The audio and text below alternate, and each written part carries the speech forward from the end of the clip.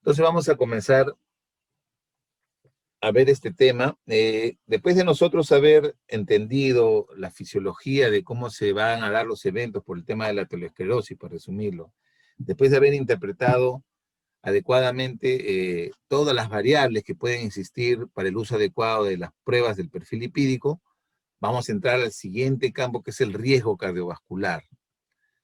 El riesgo cardiovascular se calcula, y se calcula en los pacientes en base justo a sus factores de riesgo, pero ahí intervienen también algunos test de laboratorio para evaluar este riesgo. ¿Cómo voy a valorar el riesgo yo? Eso va a depender de lo que definan los médicos, ya sean cardiólogos o los médicos que estén tratando, cuál es el score. ¿Se puede hacer de la mano con laboratorio? Sería interesante ver esa posibilidad. Pero en líneas generales es un tema que tiene que definirse en el establecimiento. Yo en realidad los invito a que vean mucha de la información que veamos en adelante prácticamente es del Reino Unido, de Inglaterra. Yo creo que es uno de los mejores sistemas de salud, cómo se han articulado, cómo intervienen desde la perspectiva de atención primaria. Es un país desarrollado, pero puede ser un buen ejemplo, ¿no? Si alguno de ustedes en algún momento aquí ocupa un cargo importante a nivel del sistema de salud, tómelo como ejemplo y lo que se puede hacer se realiza. Entonces, el sistema del corazón del Reino Unido tiene una manera muy particular de evaluar el riesgo y, y yo creo que vale la pena tenerlo como ejemplo, ¿no? Después de un ataque cardíaco o un derrame, los pacientes deben recibir tratamiento. Entonces, cuando ya hubo el evento, es decir, la prevención secundaria, pero lo ideal no es a eso. Lo ideal es tratar de evitarlos y para eso tendríamos que establecer una mejor prevención primaria, ¿no? Evitar que se dé el desenlace. En ese aspecto, los sistemas de salud son cruciales. Entonces, ¿cómo podemos evitar de manera primaria? ¿Cómo podemos hacer que el paciente no tenga un evento? Pues tenemos que ver su riesgo.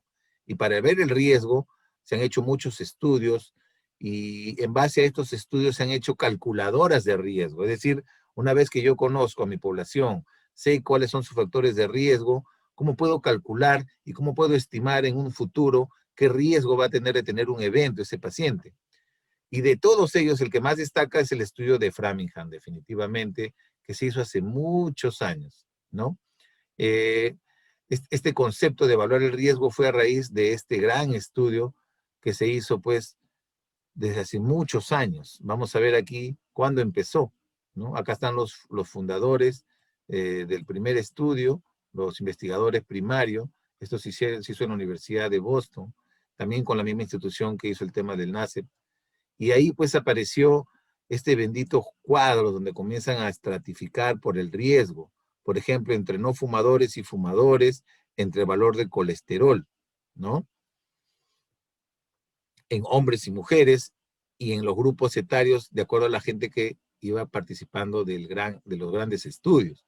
Estos investigadores reclutaron a 5.000 hombres y mujeres entre 30 y 62 años en la ciudad de Framingham, estos son los Estados Unidos, y comenzaron la primera gran corte, ¿no? Con evaluaciones físicas, evaluación clínica, entrevistas de estilos de vida, y comenzaban a ver el desarrollo de eventos cardiovasculares en ellos. Miren, el primer voluntario fue en el año 1948, el 29 de septiembre. No había pasado mucho tiempo desde el año 44 cuando murió por una falla cardíaca, por una insuficiencia cardíaca, Frank Roosevelt. ¿Mm?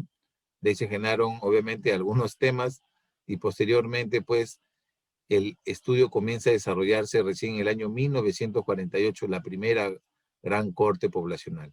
De ahí se han ido desarrollando diferentes cortes en diferentes tiempos y básicamente viendo lo mismo, ¿no? Factores de riesgo relacionados a los eventos cardiovasculares y esto ha continuado por muchos años. Acá, por ejemplo, en esta línea de tiempo vemos hasta el 2010. Cada una de estas cortes ha tenido sus nombres específicas, ¿no? Por ejemplo, esta corte del año original del 48, después en el 71 se hace otra gran corte, otra tercera generación. Ojo que acá eran familias, comenzaban a ver a los primeros participantes, después sus hijos, sus nietos, sus bisnietos, etcétera. Y se hicieron grandes cortes, ¿no? Omni 1, Omni 2, la última, por ejemplo, en el 2003, y el tamaño que incluían a estos individuos y el porcentaje, por ejemplo, de sexo femenino, siempre un poquito mayor, y el tipo de población que comenzaban a reclutar ellos, ¿no? Acá se ve, por ejemplo, estos grandes cortes poblacionales. Y por muchos años, estos factores de riesgo del estudio Framingham comenzaron a detectar algunos factores de riesgo mayores y algunos factores de riesgo que podían predisponer a la enfermedad cardiovascular, ¿no? Por ejemplo, la edad, criterio mayor, género masculino, el consumo de cigarro, la presión arterial, colesterol total, colesterol HDL, diabetes y algunas disfunciones de origen cardíaco. Secundariamente, digamos, existían algunos factores de riesgo que predisponían también a las enfermedades cardiovasculares, el sobrepeso, la obesidad, la inactividad física, la historia de eventos cardiovasculares prematuros de sus familiares directos. Miren, una variable importante, la deprivación socioeconómica, ¿no? Los niveles socioeconómicos, ¿no? Acá, digamos, dentro de las determinantes sociales, la etnia, ¿no? Factores psicosociales y algunos desórdenes inflamatorios como estas, por ejemplo, se asociaban. Aparte, tenían, digamos, presente algunas otras variables. Y miren acá ya desde esas épocas la insulinoresistencia, probablemente como parte del síndrome metabólico, los triglicéridos, acá sería el índice OMA de repente, triglicéridos, el LDL, ¿ah? Los pequeños LDL, las partículas pequeñas del LDL, la proteína C reactiva, ahora obviamente la de alta, la ultrasensible, fibrinógeno, lipoproteína y homocisteína, ¿no? Fueron considerados posteriormente si tenían valores altos. Entonces, miren, todas esas variables, donde de esa época que no se sabía nada, comienza a determinarse la presencia de una gran epidemia estadounidense denominada enfermedades cardiovasculares. Otro estudio muy interesante relacionado o denominado InterHealth por este profesor Salim Yusuf. Yo los invito, esta es una institución canadiense que hace muchas publicaciones en relación a las enfermedades cardiovasculares. Es más, hay posibilidades de rotar en este instituto. Evalúenlo. Si alguien quiere más información, se lo puedo proporcionar. Síganlo. Y ya hace muchos años él determinó 9 factores, ¿no?, de riesgo fáciles de medir. Tabaco, lípidos, hipertensión, diabetes, obesidad, dieta, actividad física, alcohol y factores psicosociales, ¿no? Y acá comenzó a ver el OR, por ejemplo, de este comportamiento ajustado. Por ejemplo, factores que tienen un OR mayor, ¿no? La diabetes, 3, ¿no? Este es un OR ya ajustado, inclusive por edad, sexo y tabaco. La ApoB, la presencia de ApoB alta, acá hacen un ratio entre ApoB y ApoA, en definitiva, aterogénica, no aterogénica, 5 versus 1, si el ratio es 5 versus 1, hay mayor riesgo, como entendemos, hay mayor molécula aterosclerótica. Y bueno, algunos combinados. A raíz de eso, Framingham establece pues este primer calculadora de riesgo, ¿no? El famoso estudio Framingham. Pero después de ello se han desprendido muchos otros estudios poblacionales que han generado otras calculadoras de riesgo, ¿ya? En definitiva, el uso de estas calculadoras es para todos aquellos pacientes que no han tenido un evento cardiovascular y uno puede calcular qué posibilidades hay de que tengan un futuro. Cuando ya uno tuvo un evento, lamentablemente estas calculadoras no tienen mayor utilidad porque ya es como quien dice, tienes la cruz encima, simplemente tienes que cuidarte, hacer todo lo que tienes que hacer para evitar un futuro evento cardiovascular. Se estima que el 60% de la disminución de las tasas de mortalidad, por ejemplo, en el Reino Unido, en los años 80 y 90, fue atribuible a reducciones importantes del tabaco, ¿no? Por eso es que ya hemos visto las enormes campañas que existen. Pero de esa misma manera también deberían hacerse campañas de los alimentos industrializados. Eso sería fabuloso, cosa que no se ve con frecuencia. Acá, por ejemplo, el score Framingham, acá esto, si ustedes lo pueden ver rápidamente, sin necesidad de hacer un cálculo, acá tienen la posibilidad de tener riesgo, van sumando, acá ven si es muy alto riesgo, alto, moderadamente alto o bajo, en fin, si son fumadores o no fumadores, hombres, mujeres, pueden utilizarlo. Ya estas son cartillas, digamos. Pero como le mencioné, en el Reino Unido tienen una manera muy particular, tienen programas ya bien establecidos para evaluar el riesgo cardiovascular y todas las enfermedades, ¿eh? Yo creo que los estudios más importantes, por ejemplo, que se han obtenido para ver el impacto del COVID en las enfermedades crónicas no transmisibles han sido del Reino Unido, porque tienen una gran acumulación de base de datos y todo está bien sistematizado, ¿no? Han hecho ya parte de un gobierno electrónico la información de salud que ayuda a ver el impacto. El objetivo, por ejemplo, de este chequeo, ¿no? Que se estableció desde el año 2009 en adultos entre 40 y 74, sin diagnóstico previo, como les dije, eran tratar de coberturar a la mayor cantidad de ellos. En este caso, por lo menos con un 20% de la población elegible y que cada año siguiera incrementándose un poco más. Y miren más o menos cómo es su, su, su, su evaluación, ¿no? Identifican al paciente elegible entre 40 y 74 años, entra al sistema de salud, en este caso se evalúa el riesgo, acá están todas las variables, género, colesterol, historia familiar, actividad física, presión, etnia, alcohol, tabaco, edad, índice de masa corporal, en fin. Se evalúa su riesgo de vida, su comportamiento, ese es otro factor importante, y se define los riesgos, ¿no? Acá se va definiendo. En base a esto se define el riesgo y se ve pues si tiene que hacer algunos cambios en relación a su conducta, de repente dejar de fumar, dejar de beber, hacer actividad física, mejorar el tema del peso, ver de repente si tiene o no diabetes, si hay asociados de repente algunos problemas relacionados a la demencia, en fin, temas mentales, y se evalúa. Una vez que se hace el filtro, si el paciente, por ejemplo, tiene alguna posibilidad, inclusive algunas variables como diabetes o enfermedad renal crónica, para que tenga algún tipo de monitorización, se hace ya la evaluación clínica y el seguimiento, no más aún si tienen estas enfermedades que tienen mayor riesgo. Igual se evalúa el riesgo, acá de frente diferencian, entra al sistema, entran al seguimiento en la atención primaria, más aún si hay enfermedades de fondo, igual se evalúa el riesgo, y sobre eso otra vez se obtienen resultados. La idea es ir viendo el impacto de estas intervenciones, si realmente hay una reducción del riesgo cardiovascular, por ejemplo. Y la idea es hacer el seguimiento de estos pacientes. Y en una publicación bien interesante, bueno, por acá adelante la puse, más o menos para cerrar esa idea, bueno, creo que está más adelante. Vamos a ver de cómo, por ejemplo, esa intervención, puntualmente en este caso, tuvo efectos positivos, ¿no? Ellos utilizan esta calculadora, acá hay una calculadora que está diseñada también, parecida a la de Framingham, pero es otra en general. Ustedes pueden entrar a todas estas calculadoras y ver las variables que utilizan. Por ejemplo, acá ven el tema del tabaco, presión arterial, colesterol, HDL, colesterol total, proteína C reactiva de alta sensibilidad, ¿no? Interesante. O si tuvo un familiar, y te calcula el riesgo, ¿no?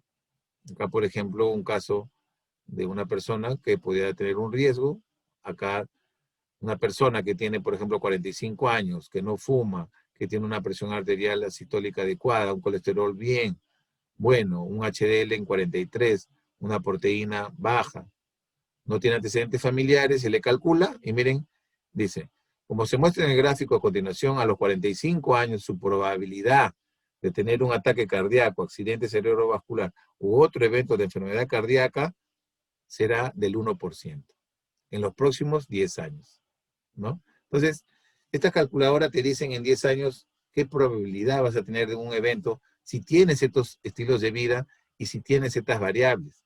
Ojo que esto puede ir cambiando, ¿no? Eso puede ir cambiando. Si de un momento a otro comenzamos a fumar y a tomar, el riesgo cambió. Y si de un momento comenzamos a ganar peso, el riesgo cambió. Entonces puede ir cambiando eso en el tiempo. Otra calculadora, Procan, esta es otra herramienta también que se utiliza, tiene otras variables, la edad, diabetes, tabaco, antecedentes familiares de infarto. Como ven, cada una de estas calculadoras, en base a sus estudios poblacionales que han realizado, establecen la estratificación. Y algún sistema de salud tendrá que elegir, pues, qué calculadora va a usar, ¿no? Eso va a depender del sistema de salud, del establecimiento de salud. Yo preguntaría, en el Ministerio de Salud, ¿cómo evalúan el riesgo cardiovascular? Yo me preguntaría en el salud donde trabajo, ¿cómo evalúan el riesgo cardiovascular?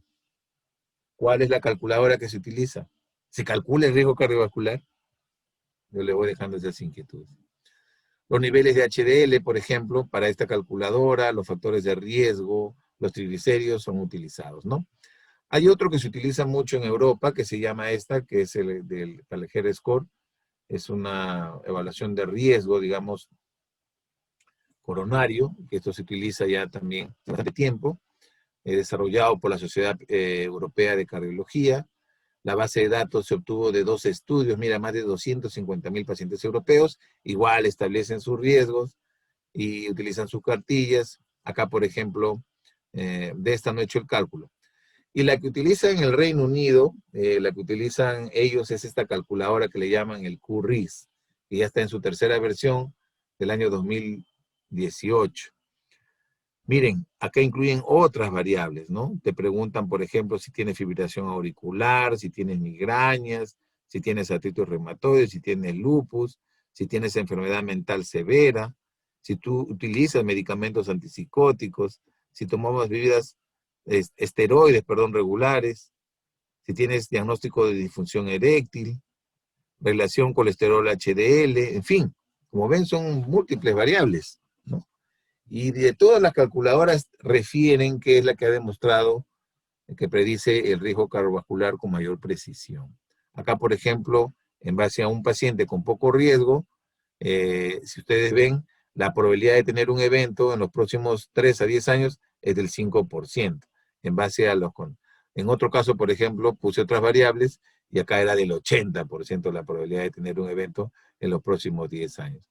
Entonces, va a depender mucho de las posibilidades, ¿no? Por ejemplo, en este caso, de 100 individuos, como el caso que se ha puesto en ejemplo, 70 no van a tener probablemente ningún ataque ni derrame en los próximos tiempos, 8 pueden ser prevenibles si se va a hacer algunas intervenciones, 14 pueden tener un derrame o un infarto y 8 lamentablemente van a morir, por ejemplo, en base a este riesgo.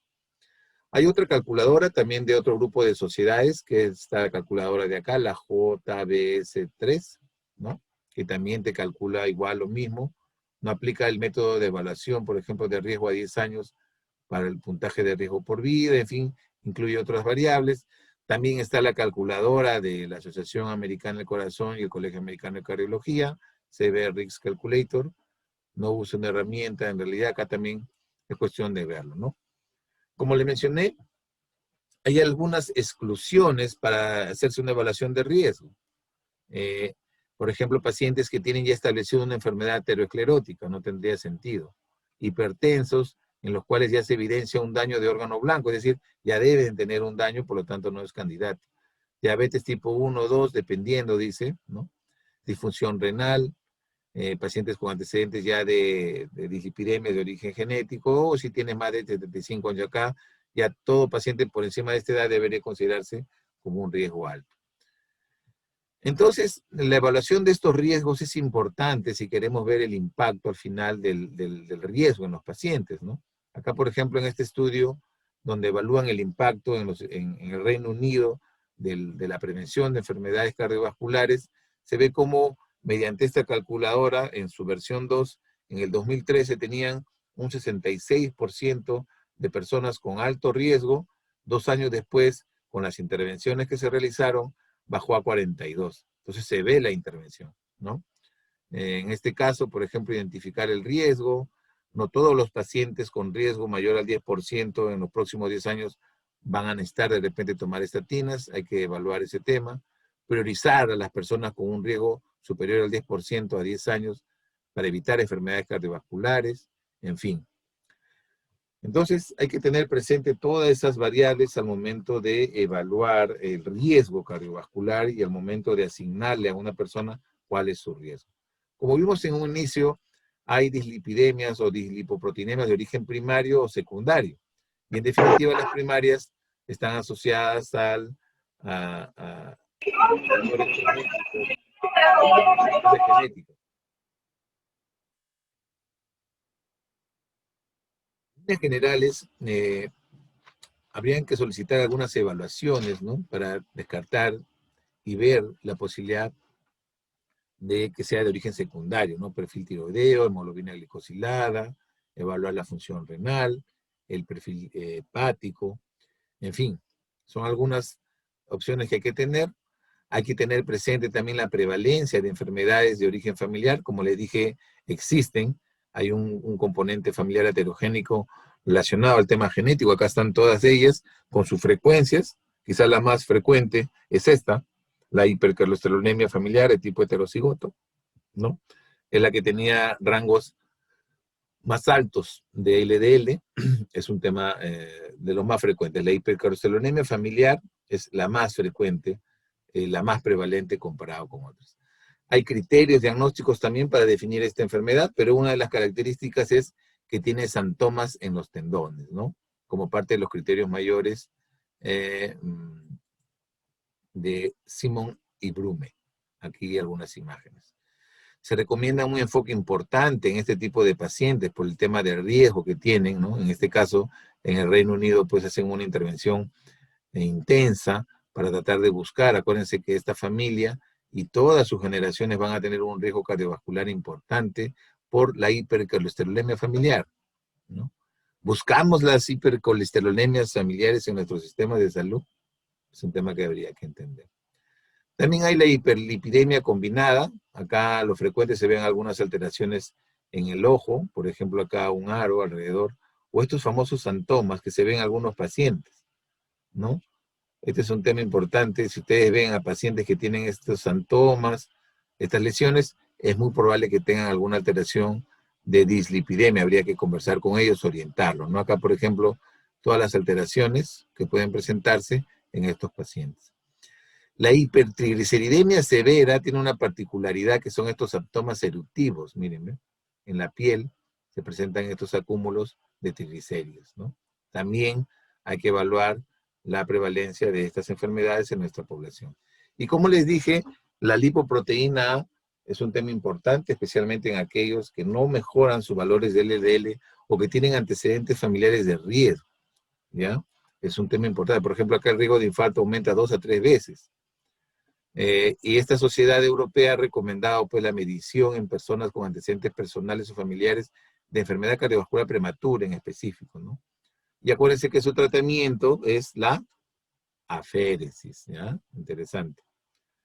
Entonces, el perfil lipídico, por todo lo que hemos visto, pues es importante, ¿no? Su interpretación, tratar de realizarlo de la mejor forma para entender, pues, un componente heterogénico importante. La LDL no solamente la heterogénica, sino las otras lipoproteínas.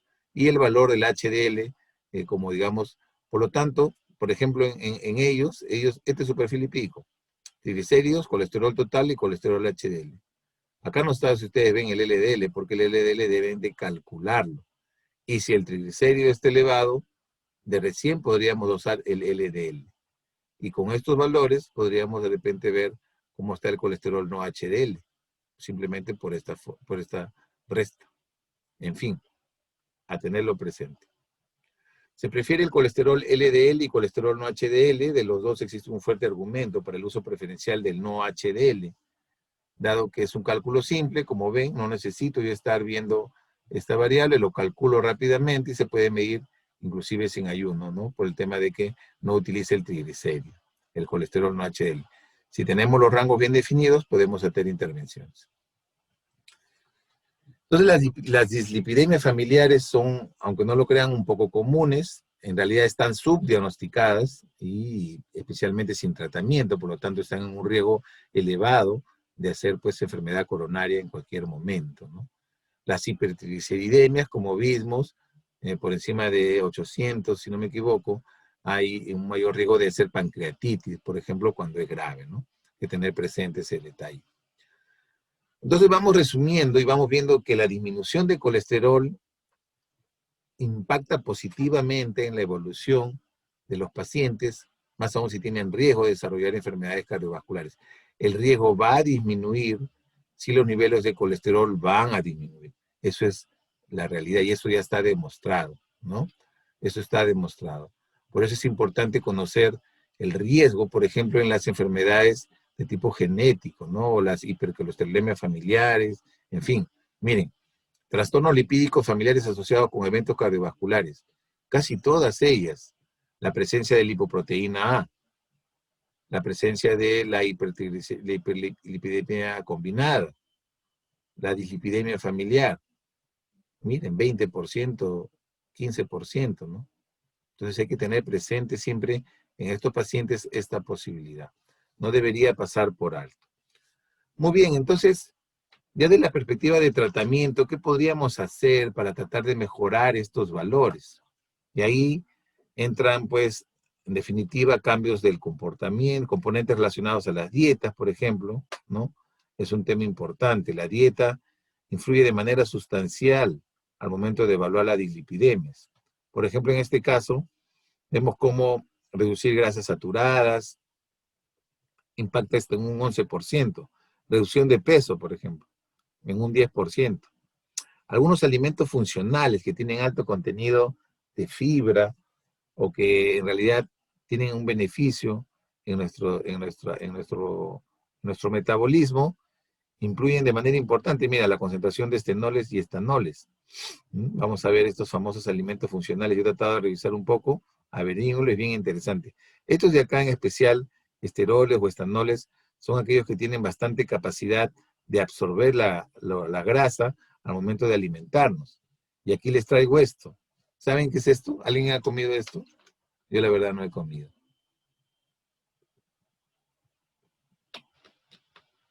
¿Alguien sabe qué es? Puede escribirlo por el chat. A ver quién escribe qué es eso. A ver, ya lo escribieron por acá. ¿Alguien escribió? ¿No ha escrito? Ok. Bueno, les digo que es el cochayuyo. El cochayuyo.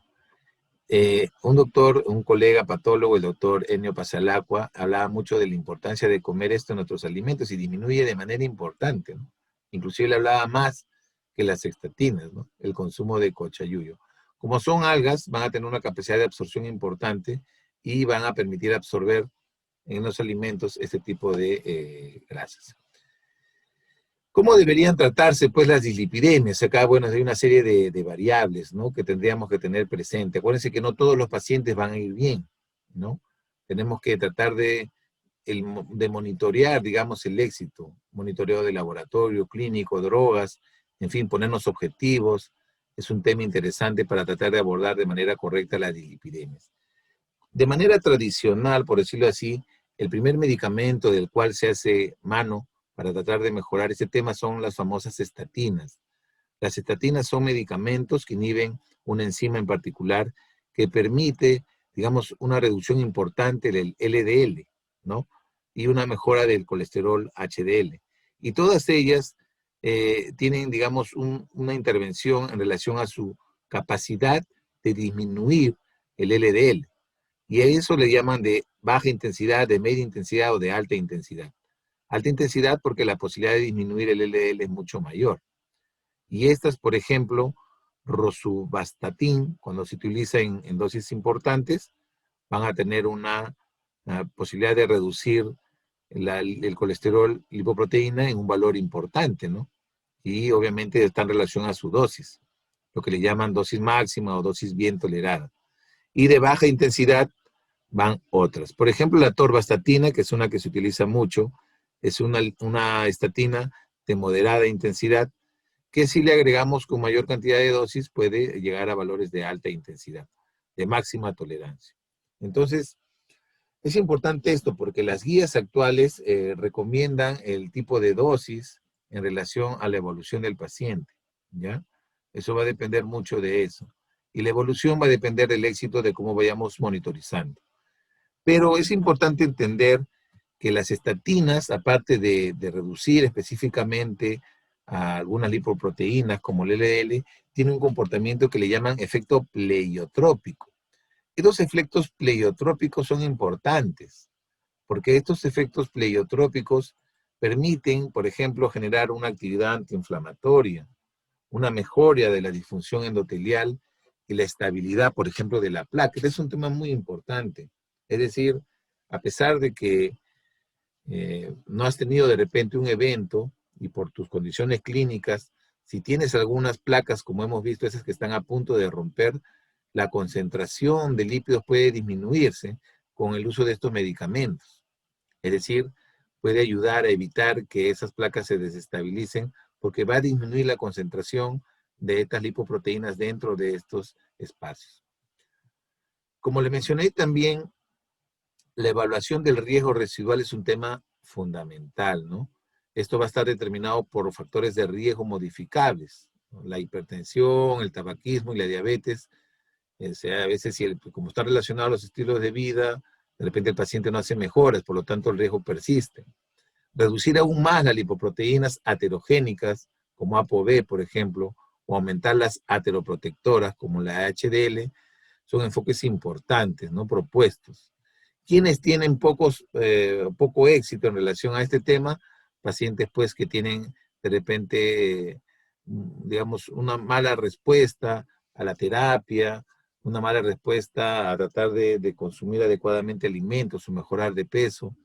Igual el tratamiento de los medicamentos, la adherencia al tratamiento, la adherencia al autocuidado en estos pacientes, que no tienen un adecuado seguimiento o monitoreo. Por ejemplo, esto vamos a ver que es importante ahora con el COVID. Intolerancia, lamentablemente, a la terapia, de repente no tolera las estatinas, pues le produce una mialgia importante, en fin. O el desarrollo de otro tipo de dislipidemia son, digamos, algunos otros factores. Entonces, miren los efectos antiaterogénicos del HDL, son enormes, ¿no? Tiene beneficios antiapoptóicos, antiinflamatorios, antioxidantes, antitrombóticos, mejora el endotelio, integra el endotelio. Entonces tiene fabulosamente el HDL. Y el HDL mejora mucho con la actividad física. Si ustedes hacen bastante actividad física, el HDL se le va a disparar, se les va a incrementar de manera importante, ¿no? Entonces miren todos los beneficios que tiene, por ejemplo, el HDL. Y como les mencionaba, hay medicamentos como el esatumib es uno y estos inhibidores, por ejemplo, del PCSK9, son unos medicamentos actuales que son como la insulina, muy parecidos, se inyectan, y básicamente aumenta pues el número de receptores de LDL en el hepatocito, por lo tanto, reduce el LDL. Estos medicamentos se consideran, la esatumib o este medicamento se consideran aquellos que no están teniendo una respuesta satisfactoria con las estatinas, ojo. Hay que tenerlo presente eso al momento de interpretarlo, ¿ya? Y las guías, como vamos a ver, así lo definen. Por ejemplo, estas guías, ahí viene la palabra el ATP que les dije 3, hace muchos años clasificó este tema, ¿no? Y fue en relación con el NACEP, este programa de la mano definió un tratamiento en los adultos y estableció un panel, en este caso el ATP3, es uno de los últimos que hicieron esta organización ya hace bastantes años. Esto se hizo en un tiempo ya, digamos, en el 2000, si no me equivoco, 2003, 2004. Se han hecho actualizaciones, la última creo que ha sido 2013, en relación al ATP, donde establece pues los niveles óptimos ideales para tratar este tratamiento. Pero estableció, como vimos también, los factores de riesgo asociados, excluyendo el LDL, esto ya lo vimos en una diapositiva anterior, ¿no? Y esto se ha elaborado. Sin embargo, la que actualmente está teniendo mayor utilización, digamos, en el mundo de las guías, es esta del Colegio Americano de Cardiología y de la Asociación Americana del Corazón, del 2018, que es la guía, la directriz más importante. Así como en la diabetes, la Asociación Americana de Diabetes establece los criterios de diagnóstico y cambios en el manejo del paciente diabético, estas instituciones, y de otras acompañadas, que son varias,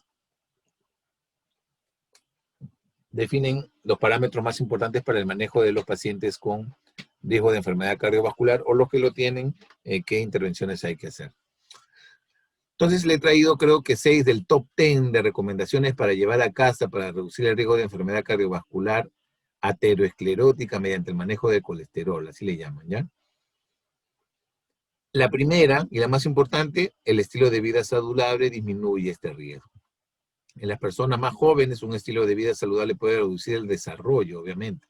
Si desde joven lo practicas, las posibilidades de que lo implementes de manera constante va a ser mejor. Entre los 20 y 39 años, una evaluación del riesgo de por vida facilita probablemente la discusión, digamos, sobre el riesgo y refuerza los cambios, ¿no? Entonces es importante entender que los cambios de estilos de vida repercuten enormemente en todos los grupos de edad, Estos cambios son la principal intervención, en especial en el síndrome metabólico.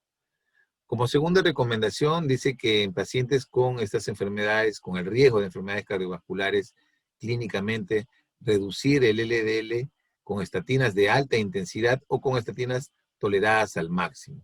Es decir, hay que reducir el LDL, la segunda recomendación, ¿no? Cuando tenga una reducción del LDL con estatinas de mayor, será la reducción posterior del riesgo. Es decir, mientras más estrictos seamos para reducirlo, va a ser esto mucho mejor.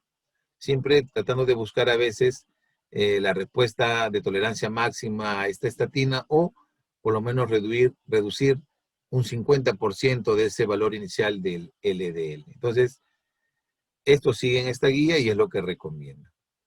Cuando el riesgo, por ejemplo, es muy alto y como vimos en pacientes con riesgo alto se considera como punto de corte tener idealmente LDL menor de 70.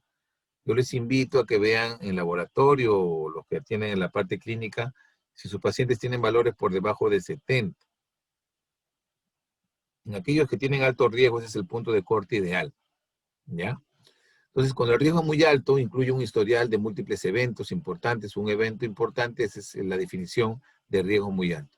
En estos pacientes es razonable agregar este otro medicamento, que es el ezetimibe, a la terapia, para tratar de permanecer al paciente al menos y que no supere este valor por encima de 70, ¿no? Y si ya, por más que hacemos eso y el valor no mejora, pudiéramos agregar este inhibidor del PCSK9, ¿no? Por un tiempo determinado, aunque los estudios todavía no lo definen tan bien. En pacientes con hipercolesterolemia primaria grave, con un LDL por encima de 190, sin calcular el riesgo, definitivamente hay que iniciar el tratamiento. Es decir, si tenemos un paciente que tiene este valor del LDL y tiene antecedente de hipercolesterolemia familiar, ya ni le calculemos el riesgo. De frente hay que hacer la intervención. En diabéticos entre 40 y 75 años y con un LDL mayor a 70, iniciar tratamiento con estatinas para intensidad moderada, ¿ya? En diabéticos de mayor riesgo, probablemente aquellos que tienen un difícil manejo, etcétera, en especial aquellos que tienen más factores de riesgo o están entre 50 y 75, hay que usar estatinas de alta intensidad. Es decir, hay que ser más estrictos para tener un mejor valor de corte.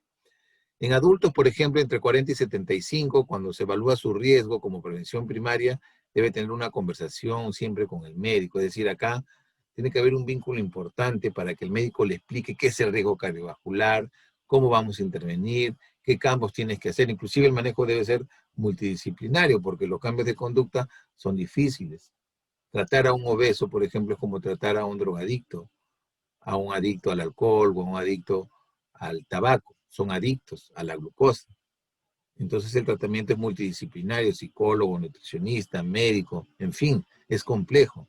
Hay que aplicar diferentes estrategias. Al final les voy a recomendar unos cursos para que lo hagan en la medida que tengan tiempo y aprendan más de qué estrategias hay que implementar para tratar de mejorar la hipertensión, el tabaquismo, el consumo de alcohol en estos pacientes.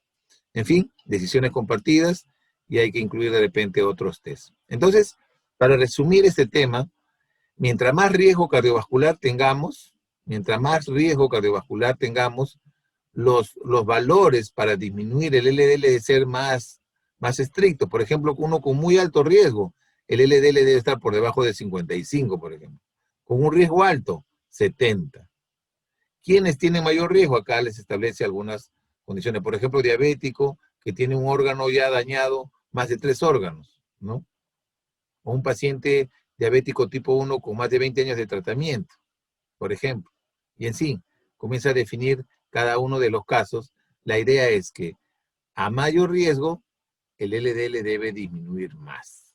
Por ejemplo, un riesgo bajo, 116 es razonable, moderado 100, en fin, según esta guía del 2017.